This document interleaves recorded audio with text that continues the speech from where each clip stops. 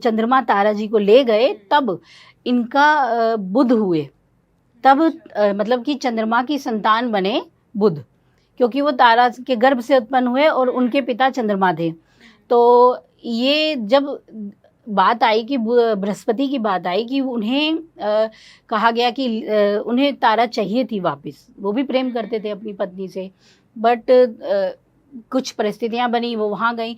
तब कहते हैं कि समस्त देवताओं के साथ ये बात हुई कि वो पुनः वापस आएंगी, चंद्रमा अपनी गलती मानेंगे या जो भी कहा जाए, उन्होंने तारा को वापस किया।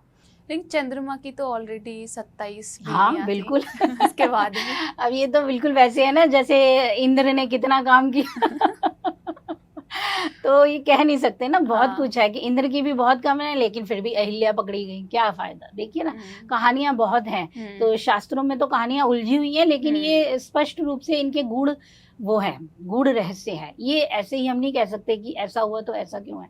हम आम बोलचाल में कह देंगे ये गलत है, लेकिन गूढ़ता क्या है ये आपको बैठकर मनन करना ही पड़ेगा।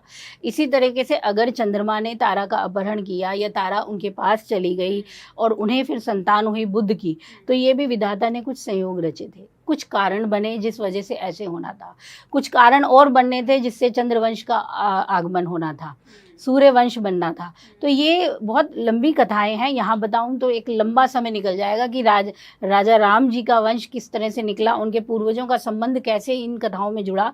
तो हर कथा एक दूसरे से जुड़ी हुई है। ठीक है, हम इस विषय पर कभी और चर्चा बिल्कुल करेंगे। बिल्कुल। अभी हम तो हम हाँ जी, तो हम कह रहे हैं कि अभी वो बुध इनके पास आए हैं, तो अब बृहस्पति ने तो अपना लिया तारा जी को, ऊपर से उन्होंने अपने पुत्र को भी अपना लिया, लेकिन जो प्रेम होता है वो वहाँ थोड़ा कम हो गया है।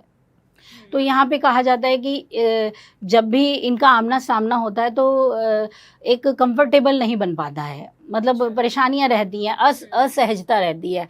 जितना पिता पुत्र का अपना दोस्ताना संबंध है वो यहाँ नहीं हो पाता। जैसे शनि का सूर्य के साथ नहीं हो पाया, क्योंकि वो भी छाया की संतान थे, तो उनके साथ भी वो अलगाव वाला उनका व्यवहार रहा, और सूर्य भी काले पड़े उनके कारण, शनिदेव से उनका भी वो हुआ।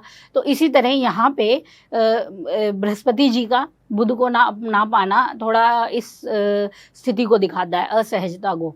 तो लेकिन दोनों में बहुत अच्छी स्थिति ये है कि बुध भी बुद्धि है और गुरु ज्ञान है, तो दोनों बहुत शुभ ग्रह हैं और शुभता में एक उच्च कोटि की स्थिति देते हैं। बुध और गुरु की स्थिति योग्य व्यक्ति को दर्शाती है। अगर ये शुभ है तो एक ज्ञानी व्यक्ति ही सामने आएगा, ठीक है। लेकिन अगर यहाँ ये थोड़े से अनकंफर्टेबल हो गए, यानी कि बुध या फिर हमारे गुरु महाराज राहु से आ गए, स्पेशली राहु के साथ संबंध बना गए, तब आ जाता है हिटलर तब आ जाते हैं मुसोलिनी, तब आ जाते हैं ईदी अमीन, ठीक है। ये ऐसे लोग आते हैं जो मास का संहार करते हैं, यानी कि लोग मरते हैं, बहुतों का संहार किया जाता है।